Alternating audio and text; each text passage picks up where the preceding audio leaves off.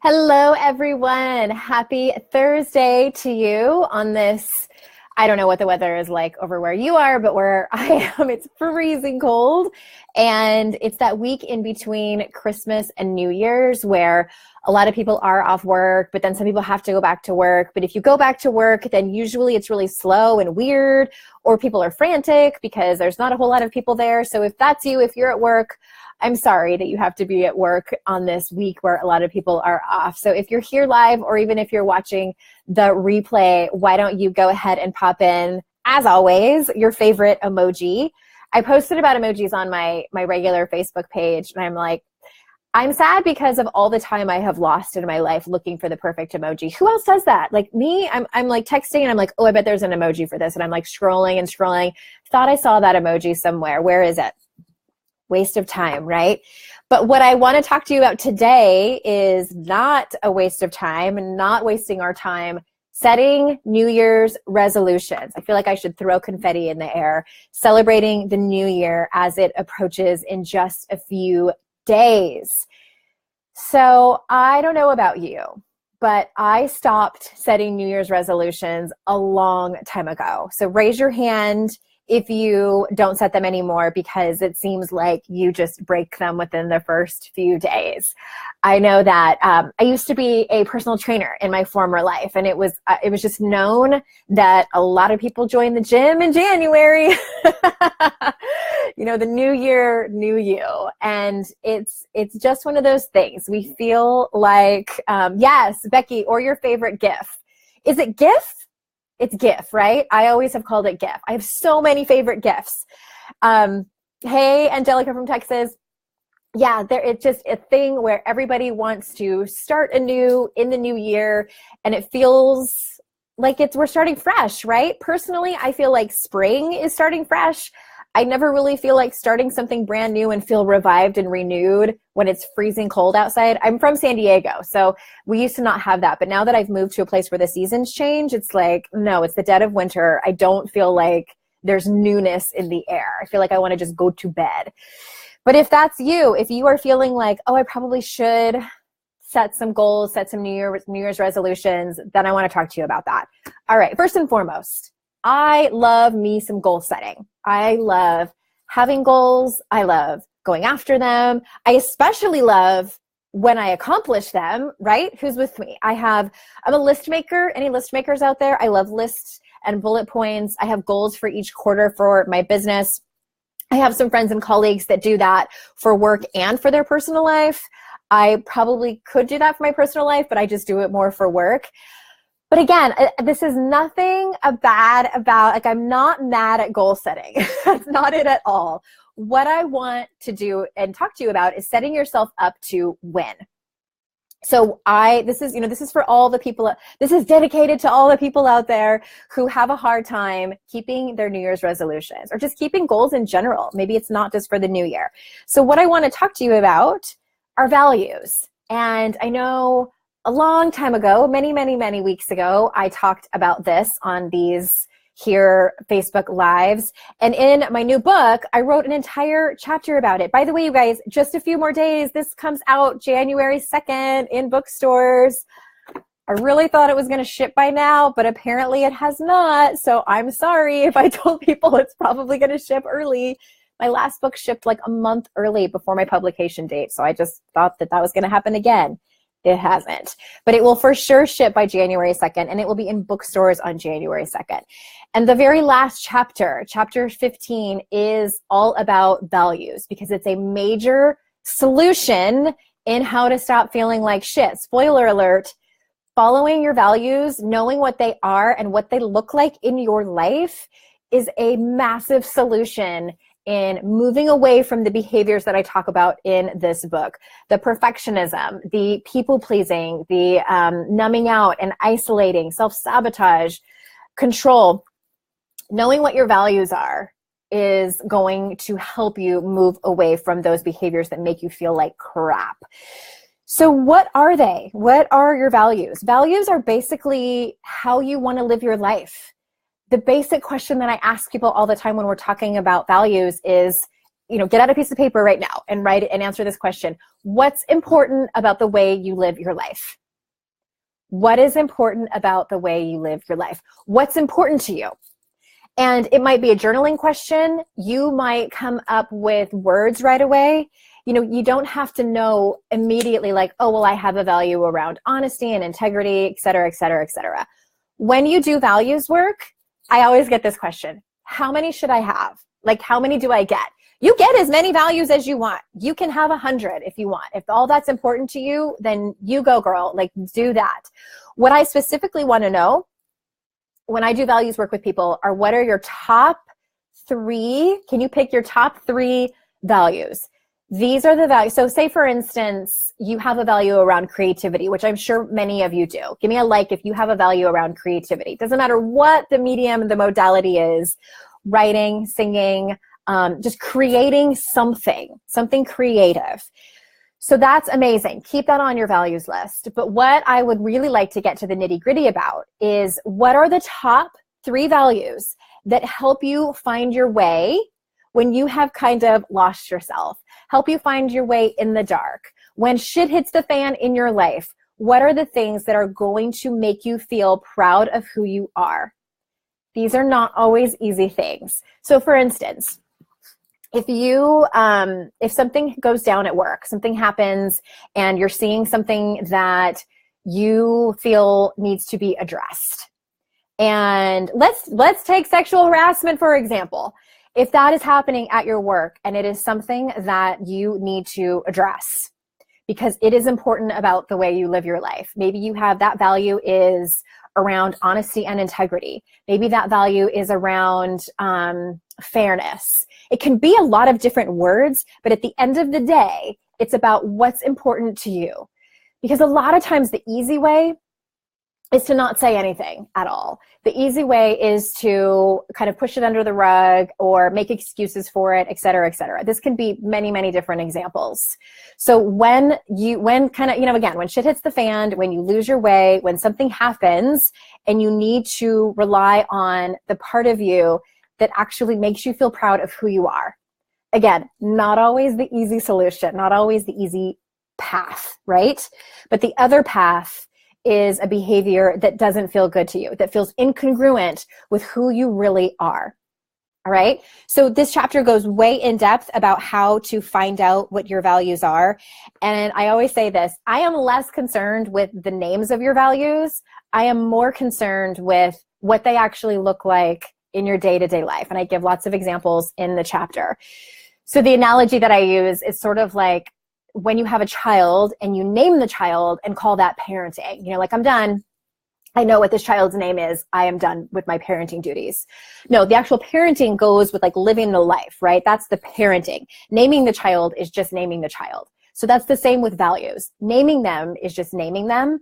Knowing what they look like on a day-to-day basis is where the real work happens.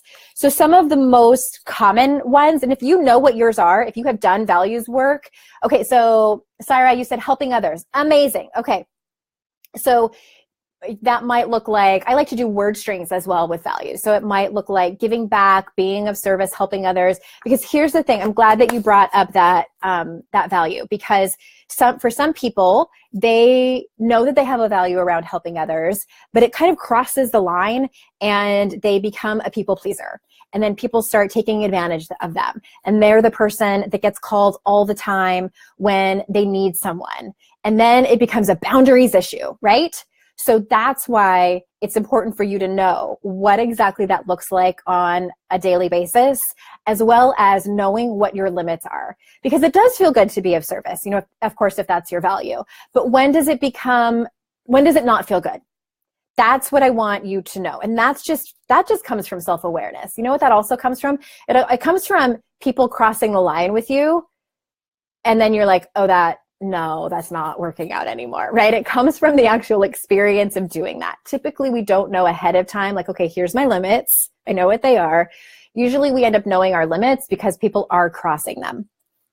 But again, in the chapter, I give lots of examples of what the most common values are. I'll read a few of them for you. Courage is a big one. I love the value of courage because it encompasses many different values, because you can't have honesty and integrity without also having courage. It takes courage to fulfill the value of honesty and integrity. Same with authenticity and even creativity. It takes courage to go about your creative endeavors, to put your art out into the world. It takes a lot of courage to do that. Some other common values are faith and spirituality. Again, whatever that looks like to you. Being of service and giving back, just like Cyrus said. Your physical health, personal growth and development. I know that that's a lot of your, if you like this page, you probably have a value around personal growth and development. Fun and humor. Fun and humor is a huge one that a lot of people have, but they're not really honoring. We get to a certain age and we're like, we have a job and we have all these responsibilities, and we often don't infuse and honor the value of fun and humor. So I wanted to offer you values work as an alternative to New Year's resolutions, and to sit down and write down what yours are. You can even Google it, values work, and I'm sure there's a million exercises out there. It's also, again, in my book, and I'm going to jump over to Cyrus says, I'm not a people pleaser. Excellent to hear. I'm so glad to hear that. And let us see. Okay, Shauna, love your emoji on there. It doesn't look like there's any questions. Okay, so Becky, I don't set them, but want to rethink that in the new year and plan on being more helpful to others. So that's great, Becky. What I would also do is get really clear on what that looks like. What do you mean by that? So for instance, that's like when you're in a relationship and you tell your partner, I would really like you to be more romantic. Okay, so what does that exactly mean? Give me some examples. So for you, Becky, it might be helping your neighbors more. Maybe you have a specific neighbor that's going through a hard time and being of service to him or her.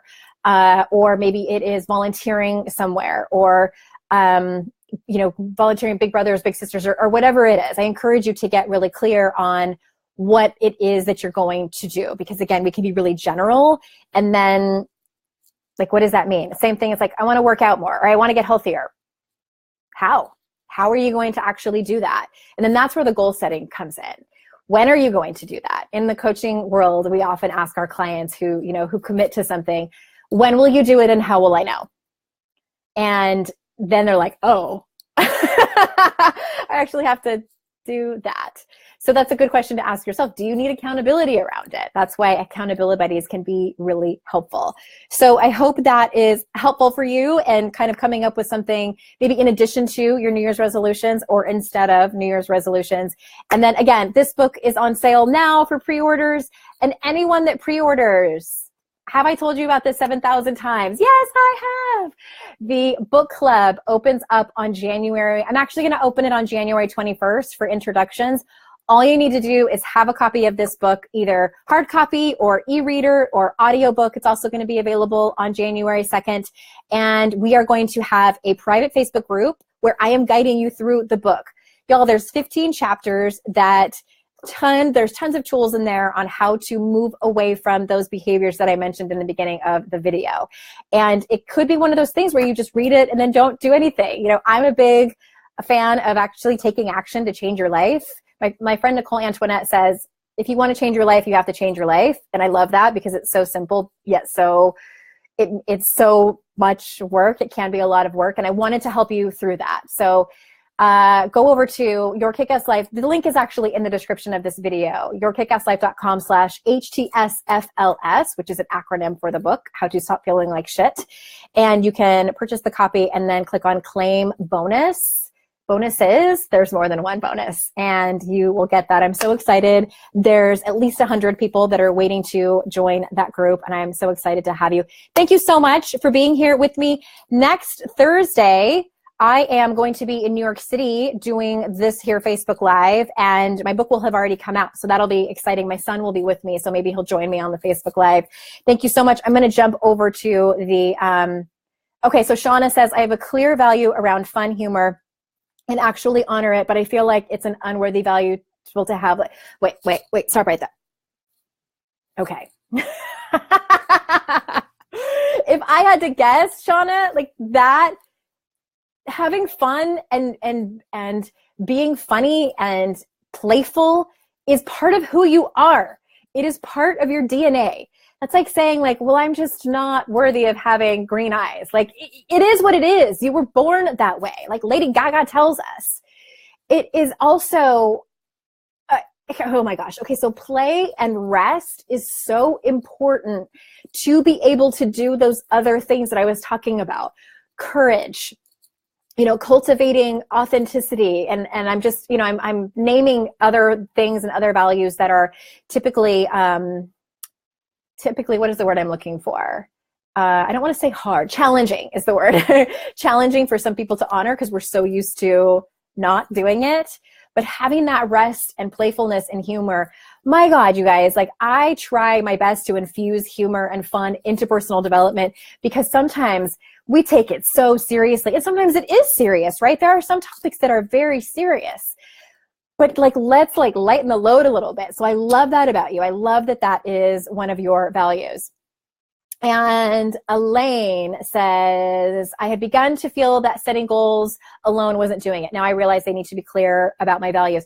I also think that, Elaine, I think that setting values first will help you realize why your goals are important. Because you might be setting goals that really aren't important for you, but you think that they're important for you because you want to look a certain way to other people. So I hope that makes sense. Like we do this all the time, right? Like we set goals, maybe you want to make a certain amount of money and it's really, you're not motivated by money, you're motivated by something else. And you want to make a certain amount of money because you want your parents to be proud of you, or it's just a goal that everybody else has and you feel like you should have it too. So getting clear on your values is important in order to help you set goals that are important to you, not other people. It might be kind of like a head explosion. There's an emoji for that, by the way. Okay. So that's about it, everybody. I am going to sign off today. I hope you have a great new year and hope you had a really great holidays. Thank you so much. And I will see you in the new year. Bye-bye.